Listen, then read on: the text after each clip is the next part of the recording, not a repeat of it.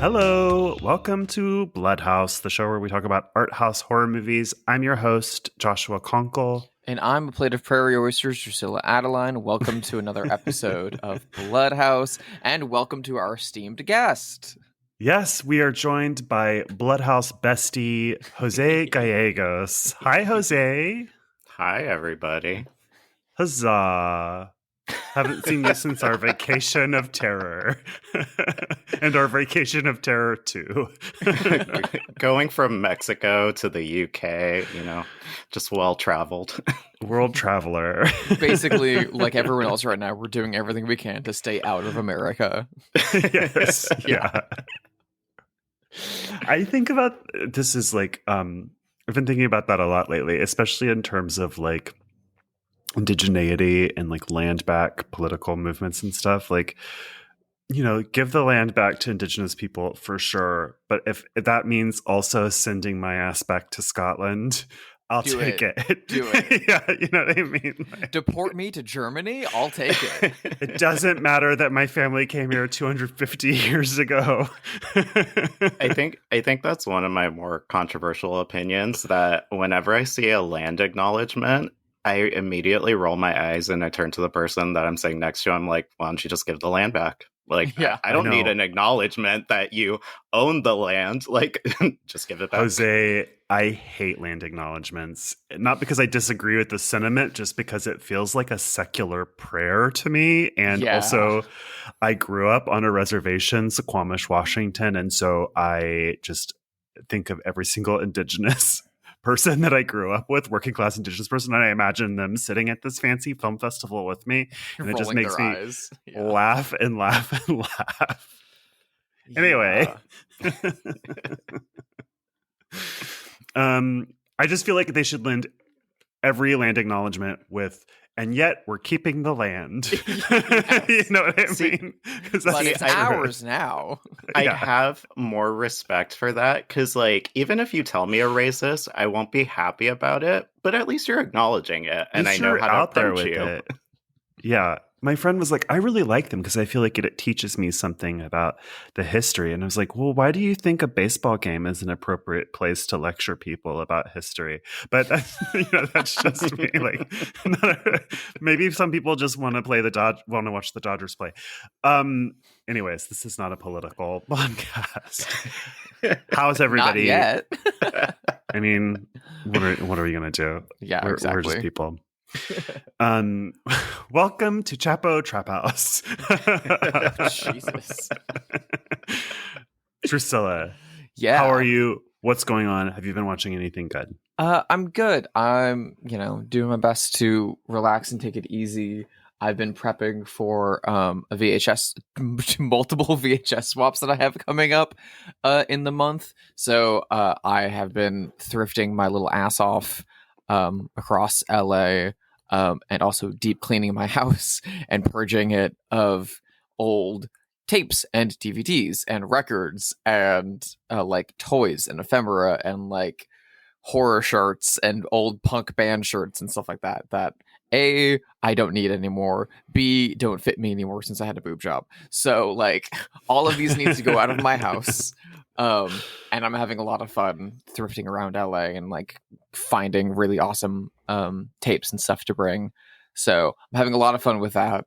And I'm very excited to do those later in the month. But I've also been watching a lot of kooky movies. I've had a lot of time to try some new stuff out. And there's one I want to mention because I feel like the title is going to give you both blue balls. Okay. The movie is from 1948 and it's called Daughter of Darkness.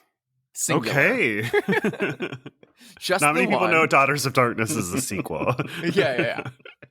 I was out thrifting and trying to find stuff to take to a swap, and I found an old Salvation Films DVD of Redemption Salvation Films DVD of Daughter of Darkness, and I was like, what the fuck is this? Salvation and Redemption, for those who don't know, put out all of like the Jean Roland films, and so I was like, okay, whatever the fuck this is, and it was like all the writing on the cover was like gothic, sexual, strange, and then it was comparing it to like, you know, gothic works by like the Brontes, and then also like film noir and stuff like this. And it was like a British film from the 40s, and I was like, I'll give this a shot. And it's literally about a woman who's too sexy. It's about a woman, love that. in a small town in Yorkshire who's too sexy. She's just too sexy. She like grew up in a small town as an orphan and was raised by the local priest. And literally the opening scene of the movie is like a church, and she's the only person in the church, and she's sitting there praying, and it tracks back to the back wall, and a bunch of busybody middle-aged women are all being like, she's the worst. We hate her so much. She's so fucking awful. And they go to the priest and they're like, you need to kick her out of town. You need to get her out of here. And the priest is like, what can I do? She's just one woman. And they're like, we're going to find a way. And every man wants her, and all these women's husbands and sons want her. And she gets into some trouble at a state fair. AKA she is assaulted by a man. And so the priest finally says, we're gonna send you away. And they sent her to a farm that's like populated by like a family of women to like go live there with them. And she keeps being like, everyone loves me where I came from. Everyone loves me so much. I don't know why people don't like me sometimes. I'm the sweetest, nicest person in the whole wide world. I don't get why people are weird to me. And every man wants to fuck her. And she retaliates violently against sexual violence against her. And she is vindicated by all of England for this. It's really good. It's really weird. That sounds great. And off the title alone being connected to the vampire film, I was like, I need to know what Singular Daughter of Darkness is. And it's frustrating because like she's kind of pitched both as the lead and as the villain, and all of these small town mothers are like plot plans to like either get her out of town or murder her. For how dare she assault a man who was assaulting her, or how dare she just like kind of be hot. So it's frustrating in some of those very Puritan British 40s ways, but it's also really, really fascinating. There's a recurring kind of like haunting image of a dog that's kind of fucked up and really scary. I found it really fascinating. It's really, really, really interesting. If you can find it, I think that old DVD is still available, but I think that's the only way to watch it. Kind of sounds like The Visit. Have you ever seen The Visit? The M. Night Shyamalan movie? No. It's based on a play by Maeterlinck, but there was a movie of it from the 1946? 1964? 1964. Oh, with Ingrid Bergman. You would love it. I've never heard of this. Oh my God, you would be Is that the one that's kind of like The Dressmaker, where like she comes back for revenge? Yes. So she, many decades previously, was sexually assaulted by a young man and was forced to leave town because of the controversy. And then in the present, that young man is now the town's most beloved doctor and sort of like father of the town. And she's now super, super rich. And she basically comes to town and bribes everyone in the town and says like, whoever kills him I'll pay them. You know what I mean? So she basically gets this whole town hunting down this like beloved father figure doctor. And she also has a pet panther. So there's that, which is really cool. Awesome.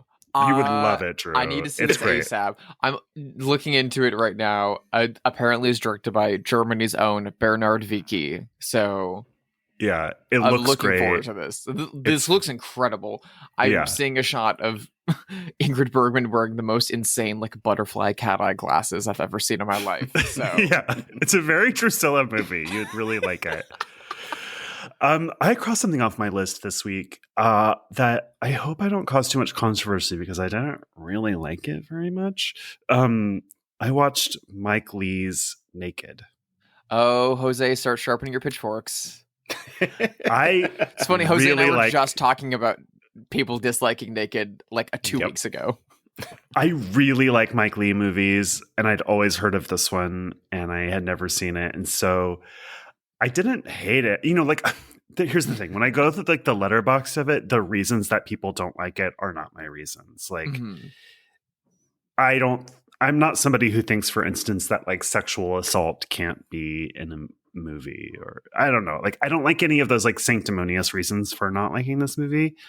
It's so I don't know, so dour, and it's like just not what I was expecting. Maybe it's me, because I think of Mike Leigh movies as like kind of happy, sad, and like kind of funny in a sweet but downbeat way. I think of like Abigail's Party, Life is Sweet, things like that. And so Meantime, it probably just wasn't what I was expecting, but I also found it really interesting as like a timepiece from the 90s, because I remember the world being that nihilistic and cynical, which is so funny because it was the most peaceful time in any of our lives, and at least in America and in England, like the West.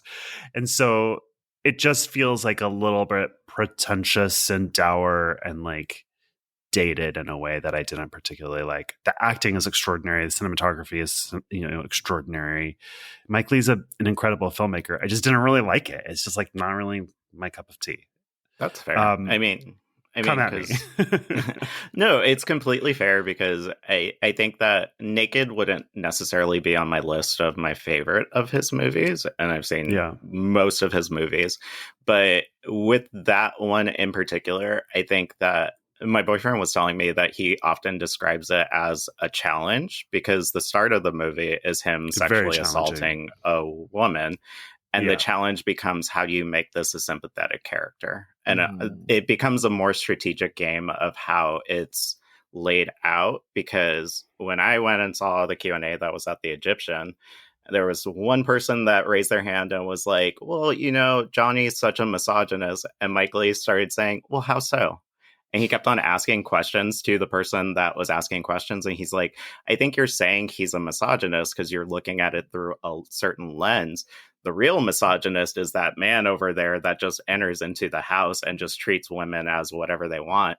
Johnny is just kind of there spouting off these intellectual philosophies that are just kind of half-baked, and he doesn't really fully understand it, but he could kind of just goes full force into it.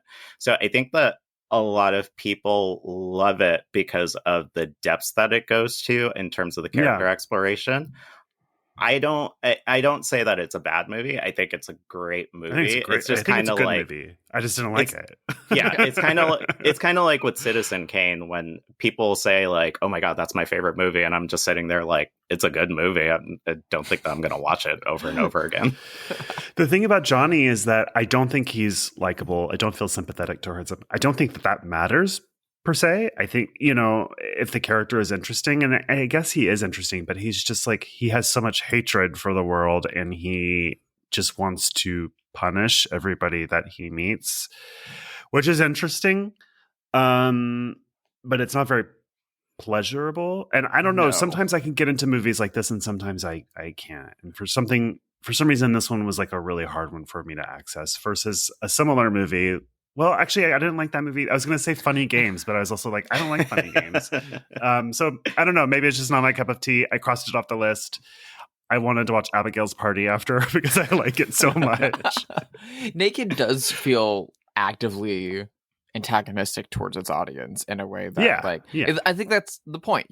I don't think you're supposed to like it. I don't know anyone who's like, I had a hard day at work, I'm gonna put on Naked and kind of like smoke a joint and calm down. True. I've only seen it the one time. It was the first Mike Leigh film I saw, so like, oh wow, I didn't have the other things for reference, so I was just like, I guess this is what this is. I guess this is what this person's like. Okay, this is wild and this is insane. And yeah, Johnny's a piece of shit in a lot of different ways. Yeah, but I think because of David Thewlis's performance, he's an incredibly compelling character, and I think the female characters in the movie are amazing, and I think their performances are incredible. And I think Johnny is a dirtbag and a monster, but he is sympathetic, and he does like he does grow to a degree over the course of the film. And I think, in the same way, I feel about Naked the way I feel about some Lars von Trier movies of like, I have so much respect for it. I'm very, very interested by it. And once every 5 years, I can pull it off a shelf and try it out again and experience it and take away the aesthetic and intended values of it. But I'm not going to be putting on Breaking the Waves once a week. Well, for me, when I think of Lars von Trier movies, and I haven't seen them all, so I know that there are exceptions to this, like The House That Jack Built, for instance, which I have not seen. But I think of Lars von Trier movies as movies where the world is victimizing the main character rather than the main character victimizing the world. That's fair. Which is somehow a crucial difference for me. It's still unpleasant. I don't like watching a small town repeatedly assault Nicole Kidman in Dogville per se. It's not the most fun way to spend 2 hours. Same with Breaking the Waves, ditto Dancer in the Dark.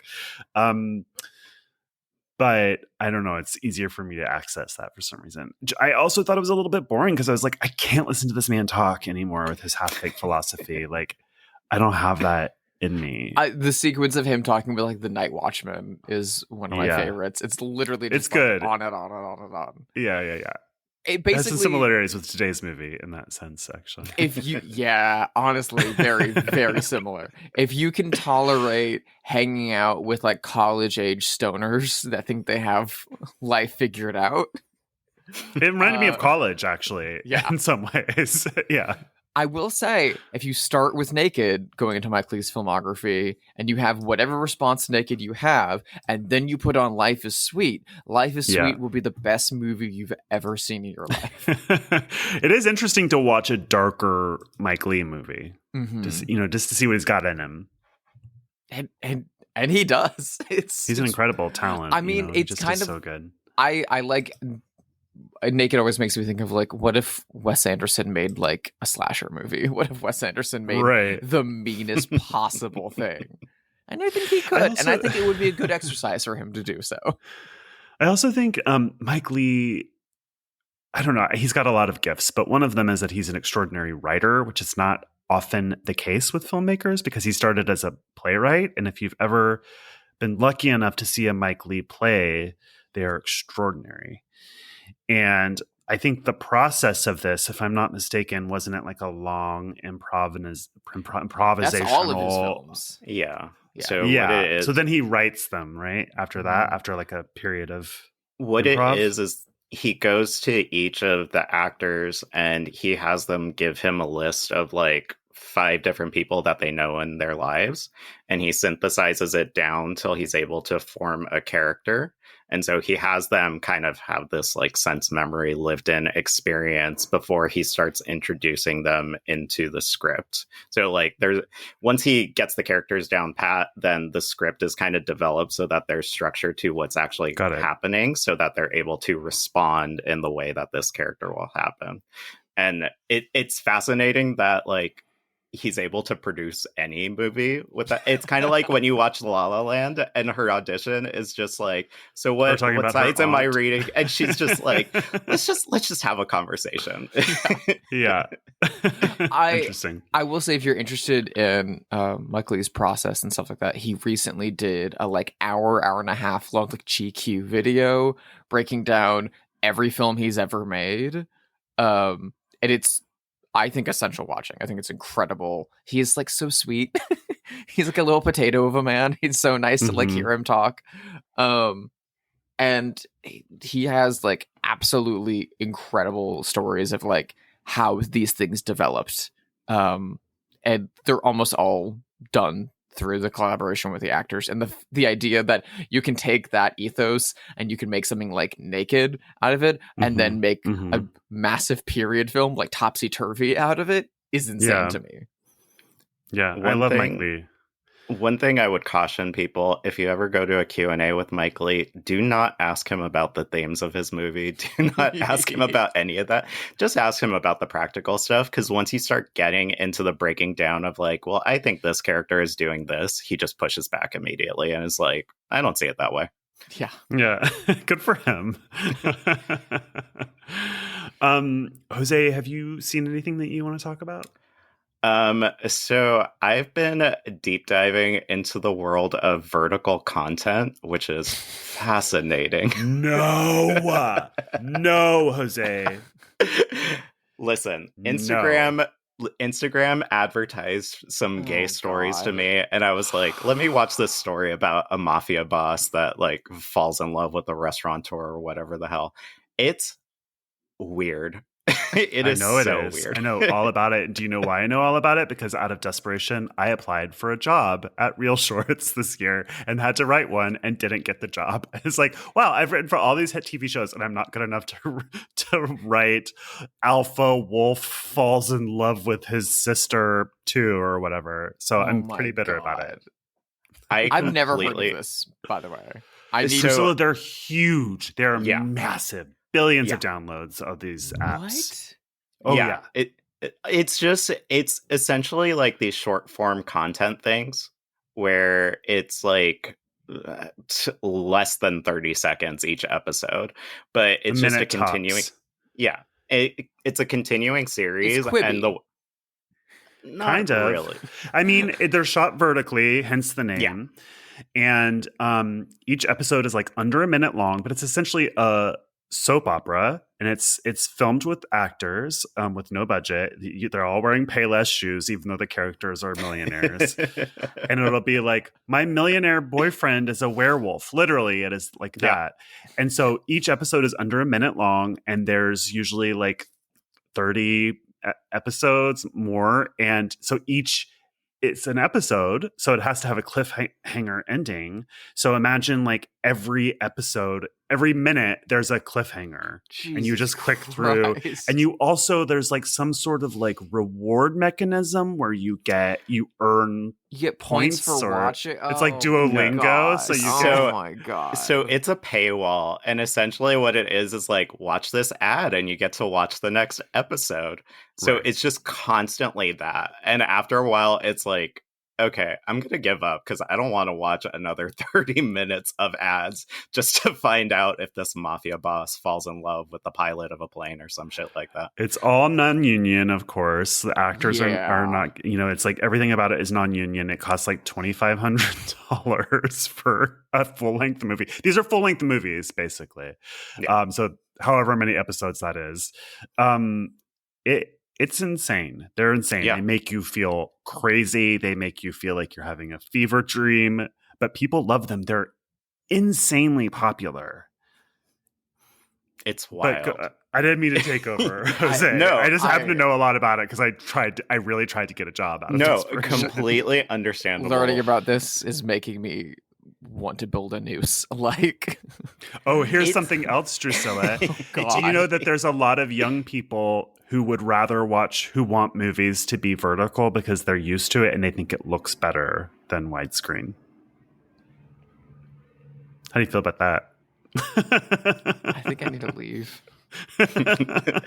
Everything. I need to leave everything.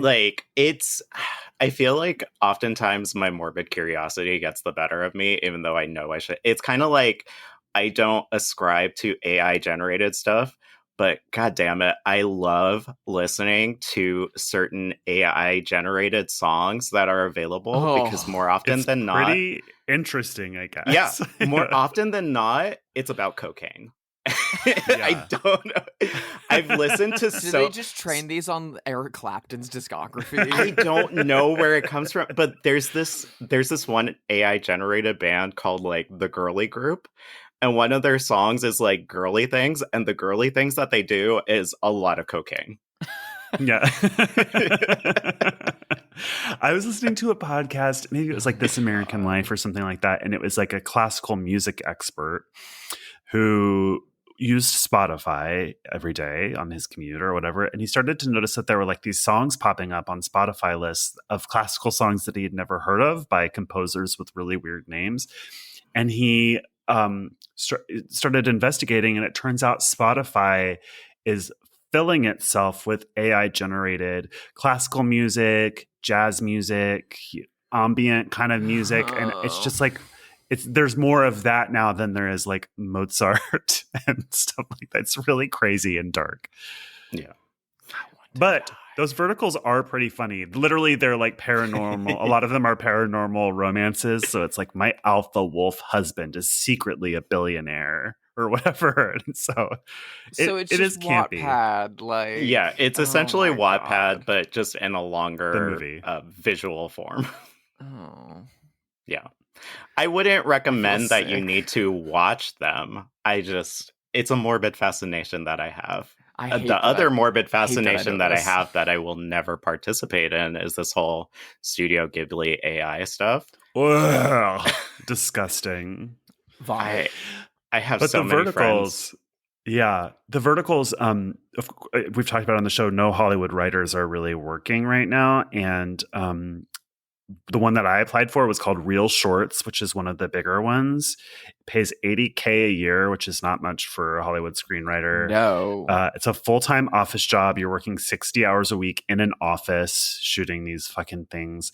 They have like Succession writers in there. They have like people are just so desperate that they're willing to do anything. So you do these like, shitty verticals. I couldn't get a job doing it. So I'm, not that I really wanted to do it, but I was just like desperate. And it's a dark, dark world.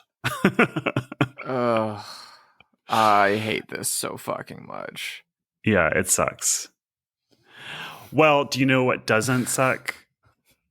The movie we're talking about today. It doesn't. In fact, it's incredible.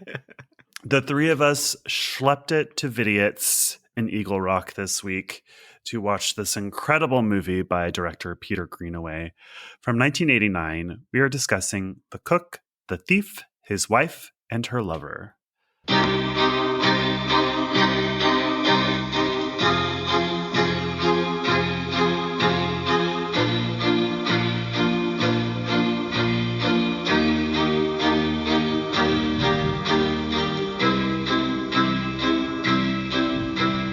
Here's your chance to improve your table conversation. Tell Michael you live in a big house and you spend £400 a week on clothes. I spend £400 a week on clothes. You eat in the best restaurants. I eat in the best restaurants. Georgina, try a little harder, please. I had never seen this movie before now. I was the only one who hadn't seen this. I hadn't known seen about it. either. Oh, you hadn't? Oh, okay. No. I thought it was alone. This was like an extension of my like exploration into Peter Greenaway that's been like slowly trickled out over the course of this show. Right, because you talked about Drowning by Numbers on a previous episode. I talked about Drowning by Numbers. I talked about The Draftsman's Contract, and I talked about The Falls. And as I had been like, and all like I had never seen any Greenaway before. And so I started with The Falls, and then Drowning by Numbers, and then The Draftsman Contract, and now we're at Cook the Thief. And I still have to do a Zed and 2 Knots, despite the fact that so many people have emailed me to watch a Zed and 2 Knots. I'll get there. I own it. It's a great movie. But yeah, I hadn't seen this before either because it has been pretty hard to find. The DVDs have been out of print for a very long time. I have a VHS tape of it, but knowing what I know about Peter Greenaway and about the look of this movie, I've never wanted to watch it on VHS for the first time. I also wonder if it's the 95-minute long cut that was so popular in the 90s on VHS. It might be. Yeah. That's annoying. It was heavily edited for video stores in the I US. didn't know that. Yeah. Oof. Jose, when did you first see this movie? The first time I saw it was in 2012 with my boyfriend. It was playing at the New Beverly. And the week before, they had shown a preview trailer. And immediately when the logo came up and you hear the 9-minute score, he just turned to me and he said, "That's The Cook the Thief." I remember it from when I was a kid and I worked at a theater, and it would just play endlessly. And so we went and saw it. And usually I'm stone-faced when I'm watching a movie. And when I came out of it, my boyfriend turned to me and he said, "What did you think about it?" And I just turned to him. I said, "That was the greatest movie I have ever seen." And he said, "No, you can't say that." And I said, "It's my preference. I'm allowed to say what movies I like and don't like." But yeah, it's such a such an experience. I thought this was stunning. There were moments that made me catch my breath because I thought they were so beautiful. First of all, for like 5 minutes, I was like, where the fuck does this movie take place? Where are we? And then I realized, like, oh, we're just on a soundstage and it's representational. And really, we're in a restaurant, in and around a restaurant in a big city. But we're just embracing the aesthetics of being on a soundstage, which I love. I realized during the movie how much I love that, which I said to you guys after. I was like, God, I love that aesthetic. I love Dogville, Shock Treatment, Little Shop of Horrors, Corral. Corral, Yeah. like movies that are just like embracing the aesthetics of like phoniness. It's almost like Bertolt Brecht style. I love it. I loved it here. I think this is maybe the best example of it. So the production design I thought was so incredible. The costumes are by Jean-Paul Gaultier, which, whoa, I was just like floored. The score by Nyman that you mentioned, I thought was so gorgeous and haunting.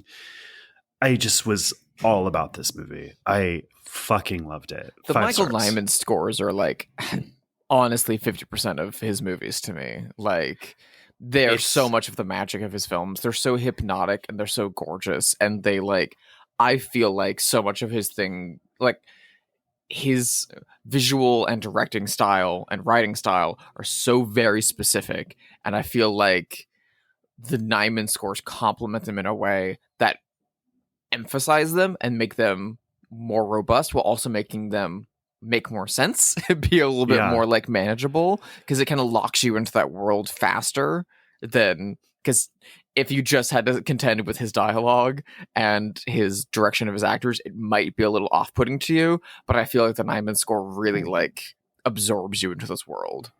It's similar to like when you watch a Kieslowski movie and you listen to the Preisner score, and apologies if I mispronounce that name, but it just creates an ethereal quality to his movies. And with Nyman specifically, it creates such a disjointing effect. And I think it's a lot of the like bass and trumpets that he uses, where it just creates a more surreal and off-kilter experience to it, because like even with the Falls listening to Bird Anthem, or like a Zed and Two Knots listening to time lapse, it transports you in and complements the visuals in such a way that you feel both like, yeah, this is accurate, like this accurately reflects the world. It also reminds me a lot of Philip Glass's scores for like Mishima or like Thin Blue Line, where he's very much taking you, like audibly taking you out of this world, which complements the like extremely surreal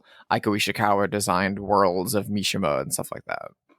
Yeah, and this movie is so grotesque, but the score is so sentimental and beautiful at times. I mean, the love music the love theme, for lack of a better term, you could walk down the aisle to that. That is like gorgeous and so romantic. In fact, I might just. You should.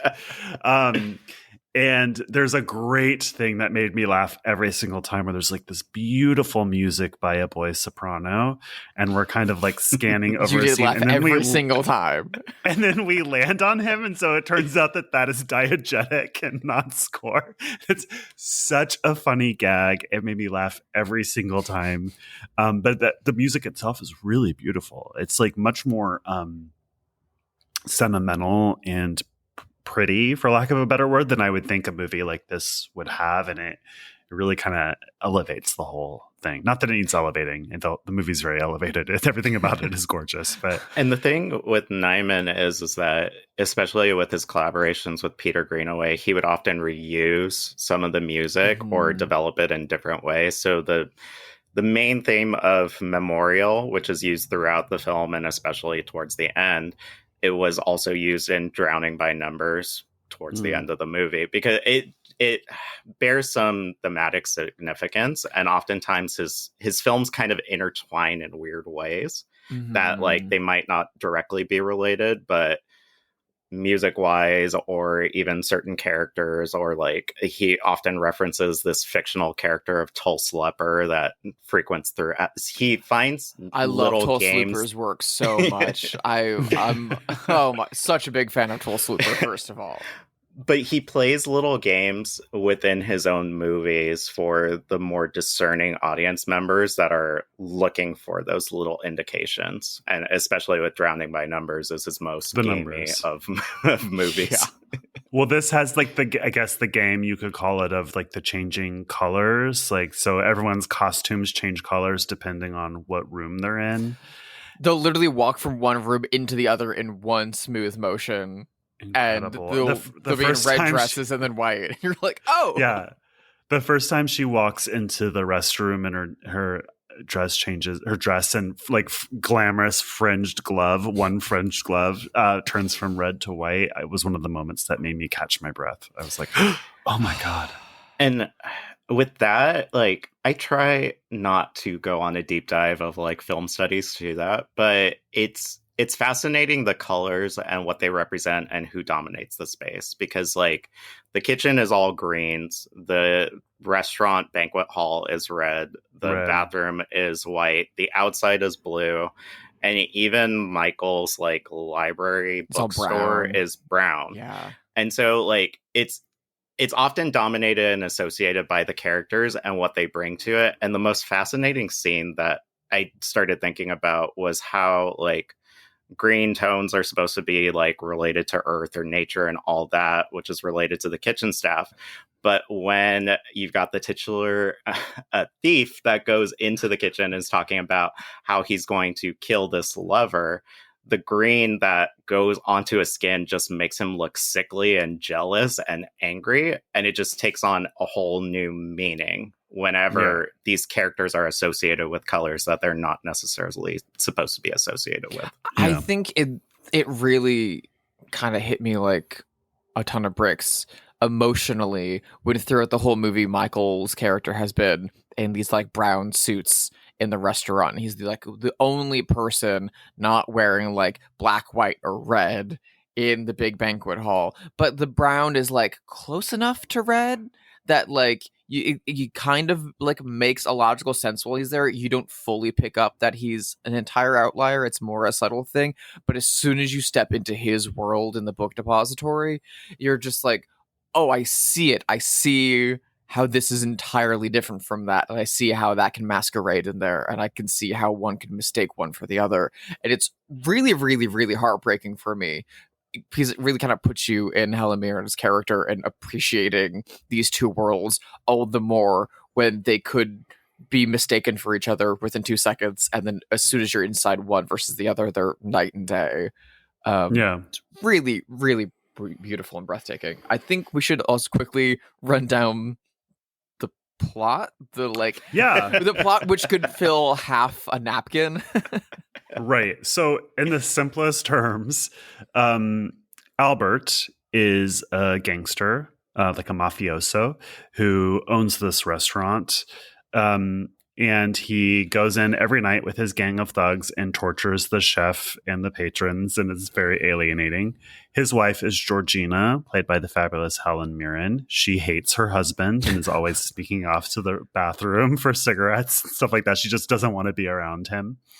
And then Michael is a bookseller who's a regular patron of the restaurant, and he and Georgina fall in love in the bathrooms and start having an affair with the support of the staff of the restaurant, which Albert eventually discovers. And it all kind of falls apart from there. So it is like a sort of star-crossed lovers story. And in fact, like the moment when Michael and Georgina meet in the bathrooms, first of all, you have that beautiful music and it looks gorgeous, but it reminded me of like Tony and Maria meeting in West Side Story. Or like it has that kind of feeling about it. It's like sort of it's very dreamy. It feels unreal, but in a way that you totally buy emotionally for both characters. It's a really magical moment. And it's like hard. It's hard. It can be hard to buy into people falling in love at first sight, but I buy it hook, line, and sinker here. I think part of the reason why it works is, I mean, first of all, they don't speak a word to each other for the first like half hour of knowing each other on screen, which is in stark contrast to Michael Gambon's character of her husband, who never stops talking, bombastic diarrhea of the mouth. But like, because of that, it kind of has a silent film quality to it, which causes the audience to project more onto the characters, but also it kind of just has a lustful cruising quality to it initially. They just like, they meet eyes, they meet in the bathroom, they try and hook up a couple times. Their first few attempts at hooking up are thwarted, and so further attempts then feel more special, more secretive, that like they're getting away with something. And so it's a really, really, really lovely like build of that, and the point that they finally speak to each other. One of the first things he says is that is he talks about how like dreams are powerful because people don't talk in them, and when someone talks, it like blows all the mystery away. And the fact that they are able to then share a like verbal and intellectual comparison in life with each other is really fascinating, despite the horrible things that they then get sent through. I think the romance works. When it first kind of started gearing up in the movie, I was like, we'll see if this balding man in a brown suit can do it. And then I was like, yeah, no, I buy it. They're meant for each other. Yeah. Well, there's that moment at the end when she's talking to the titular chef, and she's asking him to recount everything that he saw, and what she describes is, how do I know if it was real if nobody was there to witness it? And I think that like there are often metatextual moments, like you were talking about, where he's describing how he saw a mostly silent film, and then when the characters finally talk, he was like, I snapped out of it. And so they just constantly talk about that in that scene, and she's like, well, we've been talking for a minute, like has it been ruined? And I think that part of it is that projection that you put onto their romance, whether or not like you feel that it was real or not, is a lot of you projecting your own experiences onto them, so that when it inevitably what does happen to the character, you see the effect that it has on her when he kind of becomes a silent partner right next to her, and she's just talking to him about breakfast. Oh, yeah. Christ. It kind of made me think of, it's very different, but a scene that works similarly is the falling in love scene from Worst Person in the World, where these two people meet at a party, and they're like, we don't want to cheat on anybody, so we'll just hang out but not kiss. And so there's like this whole long drawn out thing where you could tell that they're just like absolutely in love with each other but refusing to kiss, and the whole world freezes around them, and it's just like so romantic and beautiful. I mean, I think what's both, you know, what gives romantic tension its tension and makes those things compelling and work, but also what gives eroticism, and that kind of spark is denial, is like guardrails. You know, I've been listening to a few podcasts right now about Alfred Hitchcock, and he's got a lot of quotes about how he had no interest in Marilyn Monroe or, you know, Raquel Welch, or actresses that like put it all on display. He was like, I like a mousy brown-haired girl working in a library that then will reveal herself to you. And I'm like, yeah, that's I mean, that's a little misogynistic way of putting it, dude. But like that logic behind conveying romance and eroticism in, you know, books and art and cinema, I think works. I think that's why, you know, so many audiences connect to Wong Kar-wai and, you know, Celine Sciamma's movies that are all about yearning, because it's that In the Mood for Love that grabs you. Totally got that similarly to this movie. And In the Mood for Love it's got that majorly. And what you're describing is so true, Drusilla. I mean, it's a classic male thing of like cis or gay, where like you really, really want someone until you sleep with them, and then you don't want them anymore because you've like had them, so to speak. Yeah, that makes sense to me. But I think it's a very important aspect of filmmaking. But I think it's also to this movie's point about his worry of them not having a connection after they speak, is that similar concept of like dudes lose interest once they've nutted, right? This oh, I'm done. All right, whatever. They have to be able to sustain a actual charisma and character balance after that, which they do, which is the hard part, which they actually do. The other major aspect of this movie, of course, is the fact that this is a food movie. Yes. And my partner Ivory also went to the screening with us, and afterwards on our drive home, we were talking about how we were fascinated about the fact that this is a food movie. This is like in every way, shape, or form about food, about the consumption of food, about the artistic perception of food, about the process of making food, about the line between what is and isn't food. But we were talking about how this is maybe the only food film we've ever seen that is in no way, shape, or form appetizing even once. Well, I think it is sometimes. I mean, some of the food was cooked by Italian chef Giorgio Locatelli. So the food that people eat looks pretty a lot of the times. The way that they eat it doesn't look pretty. And then there's so much grotesquerie. So the movie opens with 2 trucks pulling up. They open and they're full of like raw meat. And there's just like always dogs outside eating raw meat. And they're making this rival gangster like eat his own shit. So like the very first images are so grotesque. And then they get worse from there. So there is like I don't know, we've seen other movies like this. I think we talked about this with Singapore Sling, where it's just like the act of eating can be so grotesque that it's like, you know, like shitting or fucking, like it's kind of like in the same realm. This and Singapore Sling, I mean, which came out a year apart from each other, by the way, are both very fascinated with the line between food, sex, and bodily function, and the fact that there's almost no line between them. I mean, Michael Gambon has a line in this. Almost all of his dialogue is the most crass, awful thing you could possibly expect to hear at a dinner engagement. But one of them is talking about how like the genitals are very close to other orifices of the human body, and he says that in the worst possible way, but and saying it while he's eating and talking about the process of sex and defecation and how closely tied they are. And like he says it in the worst possible way, but it's very much something that the movie is actively invested in. And it's a combination of themes because the food deals with class, where you know Albert's constantly trying to seem like he's a classier person than he actually is by like actively mispronouncing French words and getting mad when Georgie pronounces them correctly. It's also about death because you see a funereal procession that's delivering his meal to him, and it's about sex in the sense of like what this food kind of represents to one degree or another, and who the people are that are partaking in this banquet hall. Because like the restaurant is initially this classy French restaurant, allegedly in the UK, although the name of it is La Hollandaise, which is Dutch.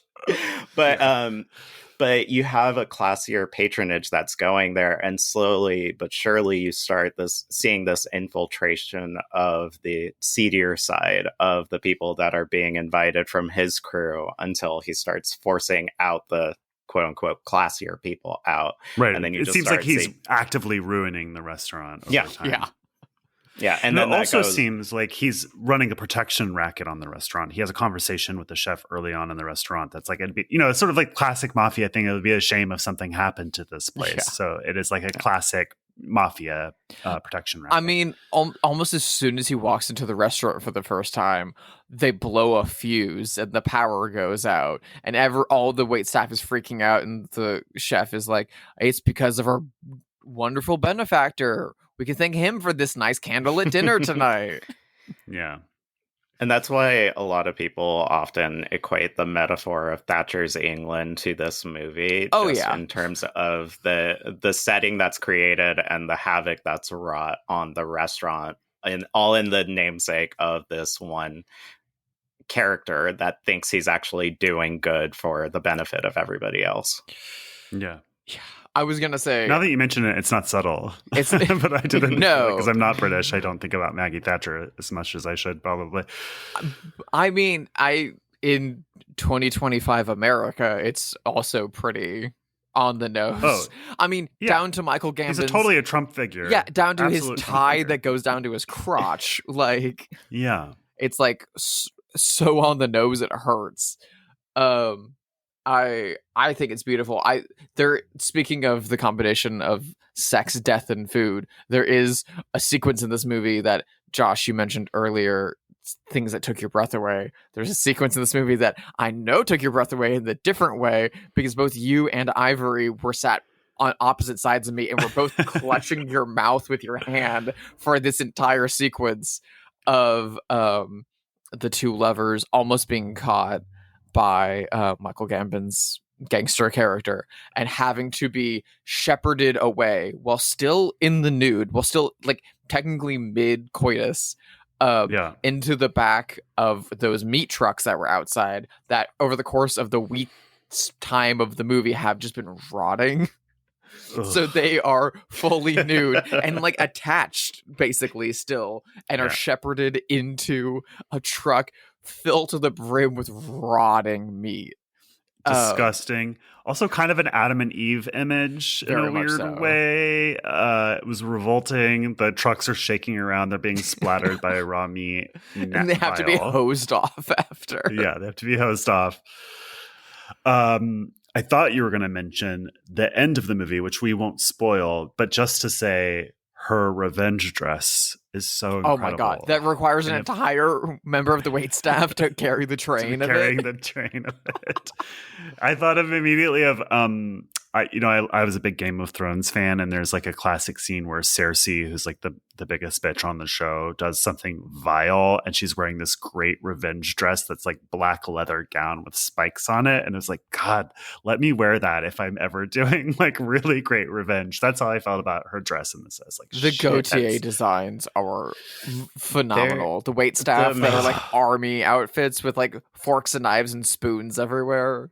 Yeah. The amazing thing about Gautier is how he integrates the costume into the story, and particularly like when you think of something like Kika, and I was talking to you about this afterwards with Andrea Cara Cortada, where one of her outfits is just a giant camera so she can catch people in the act of doing criminal things, or like thinking about the Fifth Element and how those costumes are integrated. In this one, you quite literally have costumes that are relevant to each moment. Like you were saying, the waitstaff have all the utensils attached to them.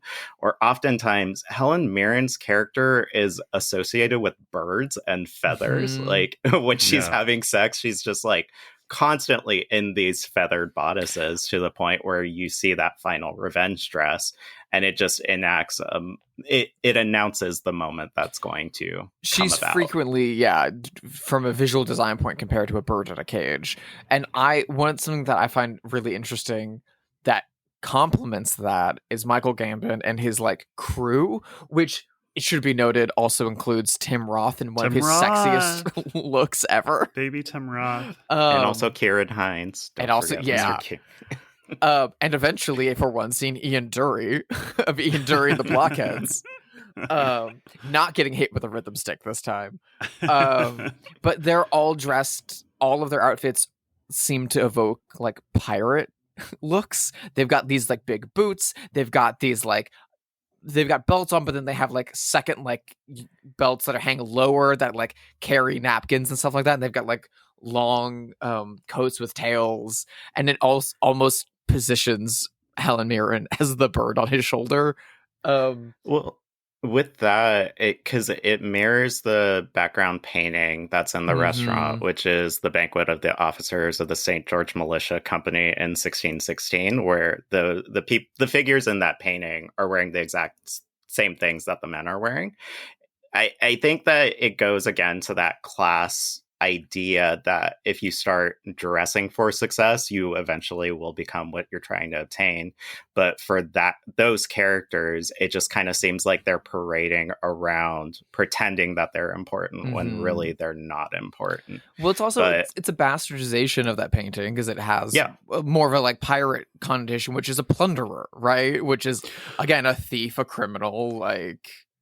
Well, in some ways, this could be read as like a critique of the nouveau riche, you know? Like, he's rich by illegitimate means. He's really déclassé. Obviously, he didn't come from wealth. And now he and his goons are like destroying this really respected institution. They tear up books. They burn books. They're, they're objectively racist. One of the first things he says in the movie is he looks at an Asian person that's a member of the staff and says, "I never liked Chinese food, and now I like it even less," or something like that. Like, he only wants to eat French cuisine because he thinks it's fancy. He has a rant at one point about how great seafood is and how important seafood is and how all the great generals ate seafood and how Hitler ate seafood and Mussolini loves seafood. The only person of his crew that I feel like doesn't offend anybody is Grace, who I love her character. Who just falls asleep at the table. She just falls asleep, and my favorite line, which it's not spoiling the ending, is when he just looks at Grace, he's like, "Grace, go look out a window or something," and she just walks off.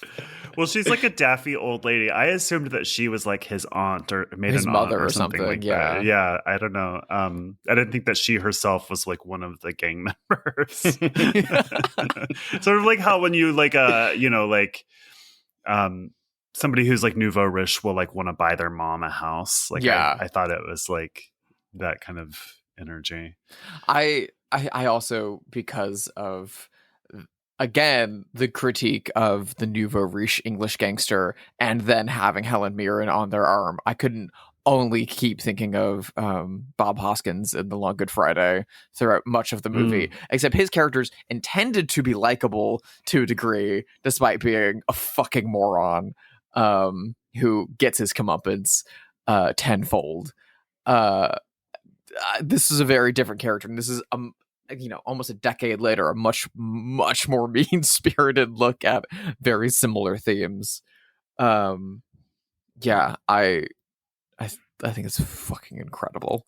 Incredible movie. The thing about Peter Greenaway, and I've told you this, Josh, and I think I've told you this, Drew, but like when he was in collaboration with Nyman and Sacha Vierny, it's just sheer perfection because they knew how to complement what he was trying to do. I don't think, a controversial opinion, I don't think that Peter Greenaway is the best in terms of screenwriting.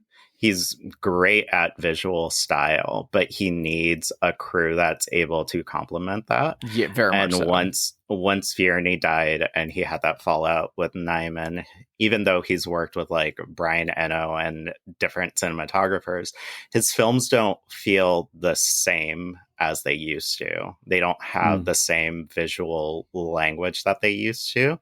And it's kind of sad, but it's still fascinating to like see that encapsulation of his entire career, and like the fact that he did rely a lot on Vierny for creating just these beautiful tableaus that echo a lot of the references and paintings that he's trying to create. I think it's just I think rather than looking at that as an example of like, oh, he was secretly not a great filmmaker, ha ha ha ha ha, I think it's instead like it's the importance of collaborators in film as a medium. It's the most collaborative art form around, and I've always never been a fan of the like auteur theory of the director. It's the single author of the vision, and if it's not his way, it's the highway. And I think it's bullshit. I think there's a lot of different major artists contributing to a single work. And there needs to be an overall guiding hand, but it needs to be a collaborative process. And I think those first handful of Greenaway films are exactly that. I mean, like, what is this movie without the costumes by Gautier? Yeah. Right. You know, it's a What is much this- lesser movie. What is this movie without the score? What is this movie without the production design? Like, Right. yeah. It could still be good. It would just be different, and I assume a paler movie, right? Like those, all of those elements are so special and so extraordinary that you know, movies are all chemical. It takes a lot of different things, and you're lucky when it works, even if you've got the best of everything. It just like, who knows why movies work or don't work? It's like a miracle that there are any movies at all, and so you know, it needs all those elements to come together. But it's also a product of its time because, like, I was telling you, Greenaway he benefited a lot from the 80s and 90s in order to be able to execute his vision. It's similar with like how Brian De Palma thrived in the 70s and 80s. Like, I don't think that Peter Greenaway is necessarily thriving in terms of his filmography lately. I think like his latest film is being held up by the producer who's like holding the film hostage. But I don't think that like a similar thing would happen to him in the 90s because there was such a boom for kind of boundary pushing and artsy films that were coming on the scene. And especially when you have a studio like Miramax that's distributing it, they definitely want to capitalize on the market. Even if they cut half an hour of it out. Well, let's play our favorite game, Have They Seen It? The game where we speculate wildly whether notable figures have seen this movie. I've got someone in mind. She was a contemporary of Helen Mirren. I associate these people for some reason just because they're like sort of sexy older ladies of English cinema. And she recently passed. Do you think Maggie Smith saw this? Oh, Dame Maggie Smith.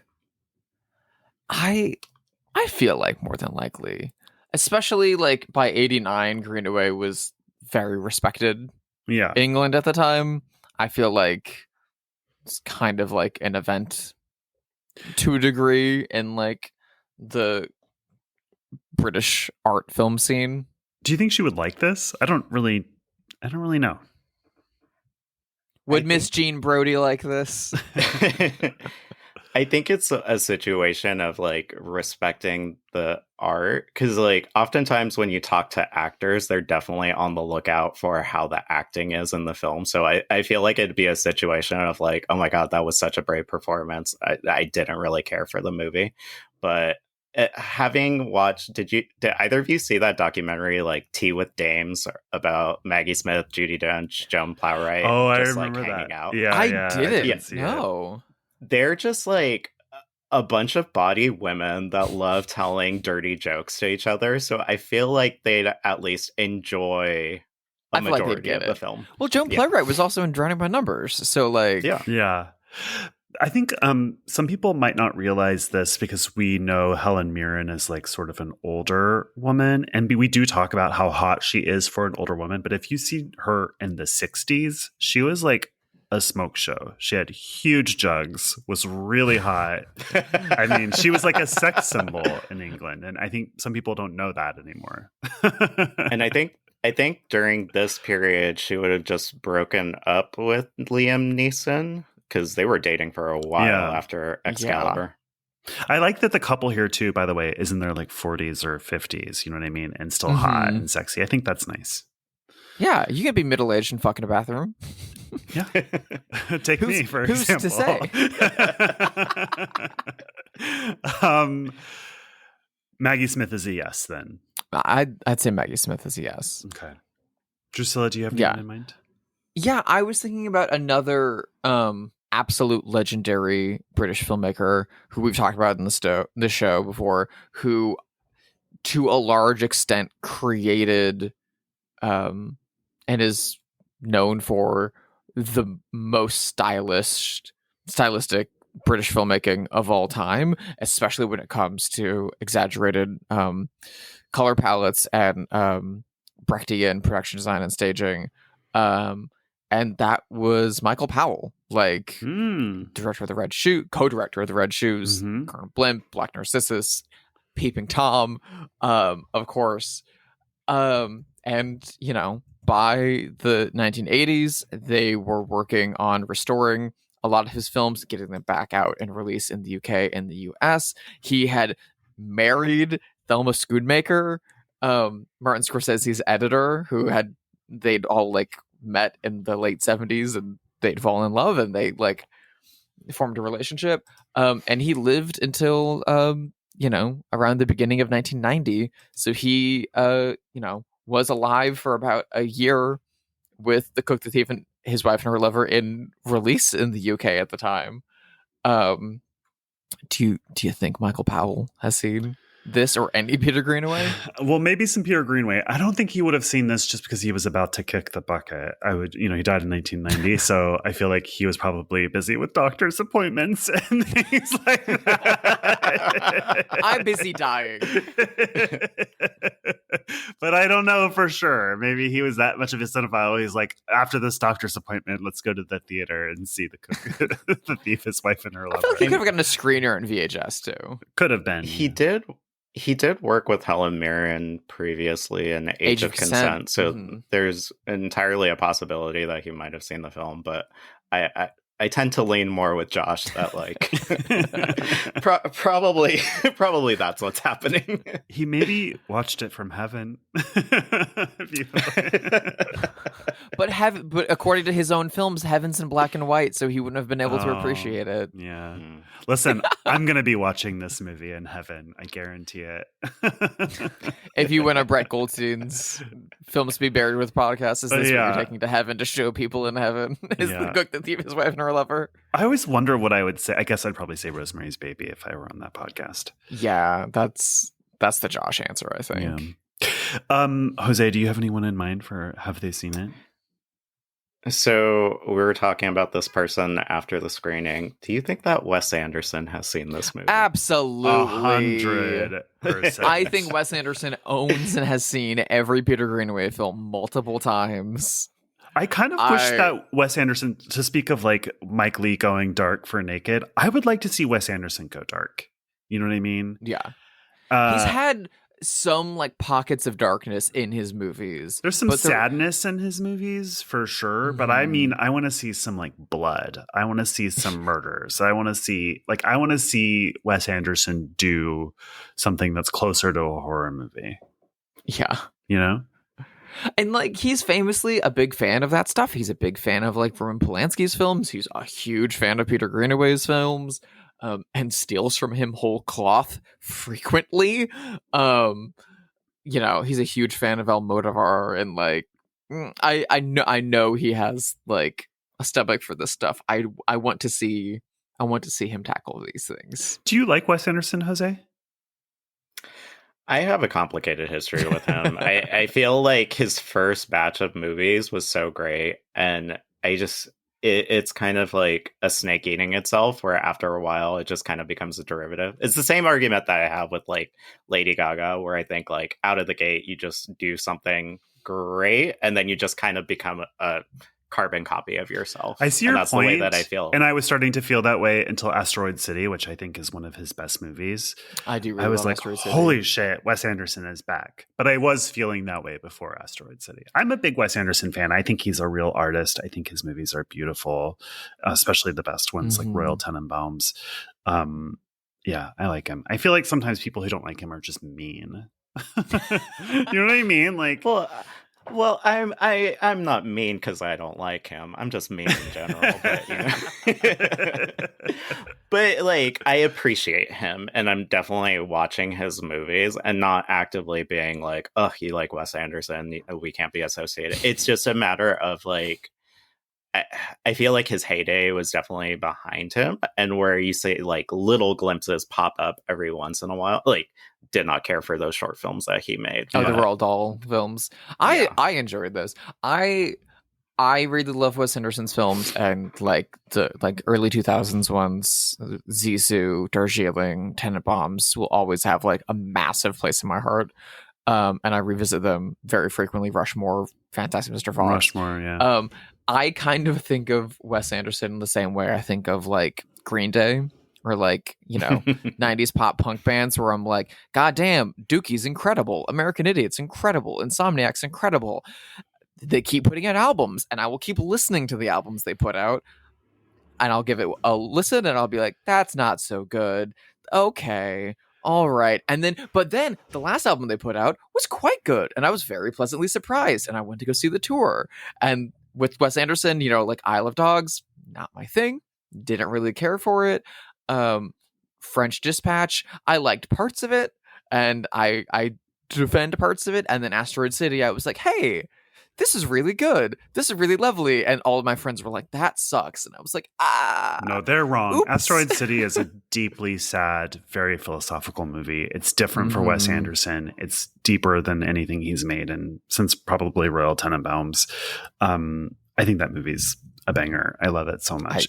And French Dispatch, I saw like 2 years after it came out finally, because I just wasn't that interested in it. And that movie is like him at his worst, kind of. But it's just a dollhouse with nothing much else going on. I'm happy to spend 90 minutes in Wes Anderson's dollhouse. You know what I mean? That's the it thing. looks great. When his movies aren't like firing on all cylinders, they're still like a delight to watch. At least for me, because like French Dispatch, I don't love it as much as I love his other films, but I enjoyed it because like it just feels like a supercut of like mid-century art house cinema. Right. It's like, okay, we're gonna do some Kurosawa over here, and we're gonna do some Godard over here, and we're going to do a little bit of Henri Georges Clouzot over here, and we're going to sprinkle in this. This is a reference to Le Quai des Brumes. Did you realize that? Did you spot this reference over here to The Bad Sleep Well? Like, I mean, I also have the Criterion Channel, Wes Anderson. Yes, I bad Wes did Anderson movie. Reference. Compare a bad Wes Anderson movie to like a bad Aronofsky movie, where you're like, taxi, get me out of here, check please. Oh god! A bad Darren Aronofsky, who's like currently keying up to make a biopic of Elon Musk for A24. Although, you know what? I have to say, I am morbidly curious about that Donald Trump movie that I didn't see. Oh, The Apprentice? Yeah. It was good. I've heard it was good. It was good. It was better than I expected. Yeah. It doesn't try and like sympathize him to the state of like, oh, he's a great guy. It's just like you see what he once was and what he eventually became once he was introduced to Roy Cohn. Though the Jeremy Strong Roy Cohn looks like a chicken for most of the thing because he just keeps on like talking like this the entire time. Roy Cohn is like one of the most evil people who ever lived. Oh my god. I've avoided it only because I have a moral like issue with that and with the A24 Alex Garland movie Civil War, which is I am not going to see movies that use AI in their marketing. And both of those heavily use generative AI in their marketing campaigns and their posters. And I won't do it. Fuck it.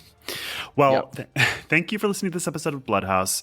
Our giveaway contest where we give away Blu-rays that we have from the good people of Arrow of The Long Kiss Goodnight and Dressed to Kill. Not Long Kiss Goodnight. Oh, our giveaway of Dressed to Kill and Cruising is now closed. We will announce the winners next week on our episode then, because we will have to put all the names together in a big hat and draw two at random. But first of all, we have to go find the biggest hat in LA. Yeah. We have to go to Arby's, steal the hat sign, flip it upside down, put names in it. We'll be going to Pharrell's estate sale, and we'll be buying the biggest hat. Yes, so we will announce the winners of that next week. Thank you so much for everyone who participated. What's next? Jose, where can people find you? Anywhere there's social media except for Facebook. My handle is Criterion OOP. Again, not pronounced Criterion Oop. Criterion OOP. Drusilla, where can people follow you? You can follow me and my work over at sisterhidedesign.com. New work is out right now for Queens of Drama and for the trans body horror novel You Weren't Meant to Be Human. which I'm super, super, super proud of. Queens of Drama comes out in April. You can go see that in theaters. Highly recommended. Great new glitter pop lesbian film from France with an incredible soundtrack. And You Weren't Meant to Be Human will be hitting shelves in, I think, September.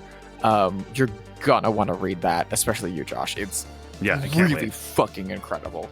And you can also follow me on Letterboxd. If you look for Drusilla Adeline or Sister Hyde, I'm over there.